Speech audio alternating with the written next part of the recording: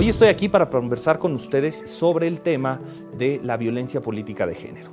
Un tema que quisiera decirles que es no tan generalizado como actualmente se percibe, pero respecto del cual ciertamente hay que poner mucha preocupación y mucha atención para disuadir casos concretos. En la Sala Regional Toluca hemos tenido algunos asuntos que han involucrado actos de violencia política de género, lamentablemente, y hemos tenido la oportunidad de tomar decisiones judiciales que busquen abatir esta problemática que sin duda afecta a las mujeres que ejercen sus derechos político-electorales. Y yo quisiera comenzar por conversar con ustedes sobre 4 aspectos esenciales que creo que debemos tener muy perfilados para conocer los casos. El primero es: ¿qué es la violencia política de género? ¿Quiénes pueden ser víctima? ¿En qué ámbitos de la violencia política de género? ¿Cómo detectar la violencia política de género? Y finalmente, ¿cómo proceder ante un caso que nosotros tengamos elementos suficientes para asumir que se trata de un acto de violencia política de género?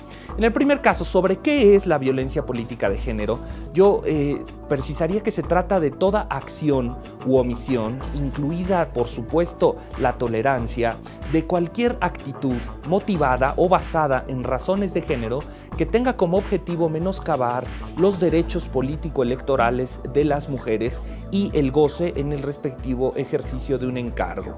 Esto es, la idea es que cuando un acto se presenta en perjuicio de una mujer para afectar el ejercicio de sus derechos político-electorales por solo el hecho de ser mujer, estaríamos en presencia de un acto de violencia política de género.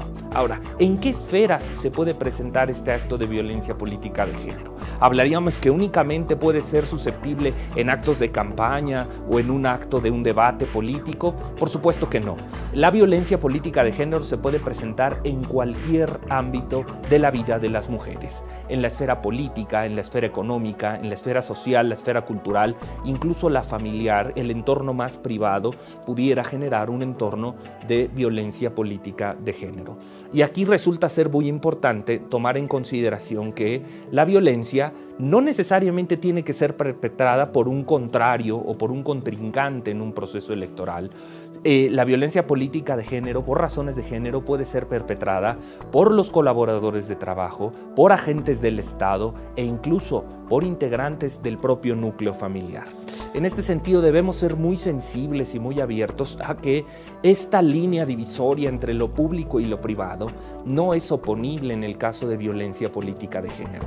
Y debemos ser muy contundentes en un tema. La violencia política de género debe ser inhibida tanto en lo público como en lo privado, e incluso haciendo especial énfasis en lo privado, porque de ahí se genera o se germina un estado de violencia generalizado que puede afectar a todos en un proceso electoral respectivo. Ahora, la violencia política por razones de género no necesita ser únicamente física. La violencia puede traducirse, al igual que en todos los supuestos, violencia física, violencia psicológica, violencia patrimonial, económica e incluso, en algunos casos más graves, puede hablarse de violencia sexual. Y en esto quisiera yo ser muy enfático.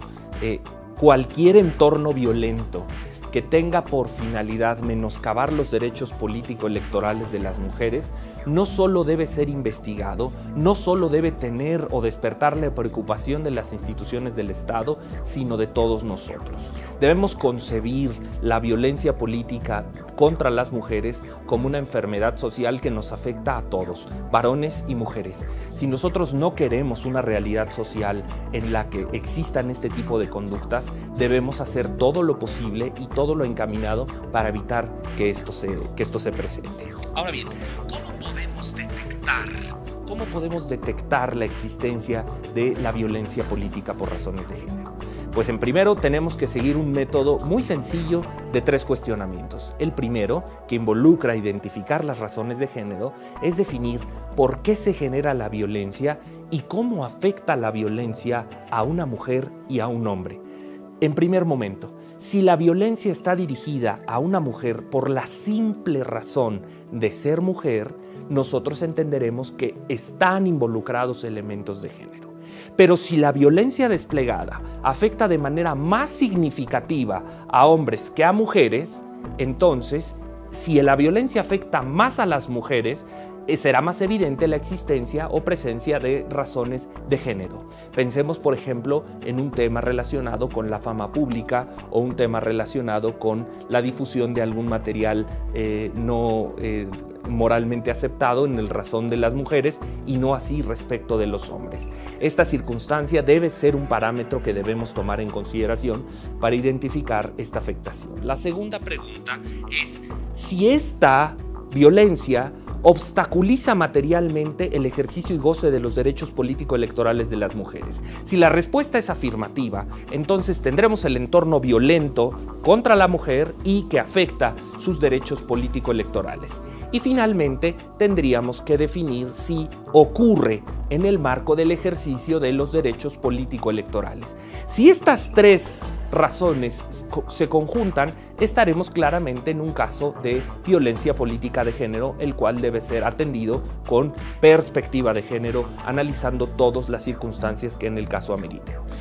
Finalmente, respecto de cómo proceder ante un caso de violencia política de género, yo sugeriría tener muy a la mano y muy presente el protocolo para atender la violencia política contra las mujeres y de esa forma desarrollar todos los conceptos que ahí se perfilan para efecto de poder evitar que este acto de violencia política de género genere una circunstancia nociva en el proceso electoral, las elecciones, sus resultados o bien en el ejercicio del cargo por parte de quienes desempeñan una responsabilidad como funcionarios de este Estado mexicano.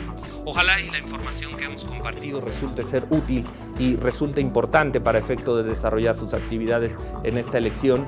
Agradezco el tiempo prestado para su atención y sobre todo, tengamos muy presente, la violencia política contra las mujeres atenta a la dignidad humana. Y si la dignidad humana es atentada, es un atentado contra toda la sociedad. Muchísimas gracias.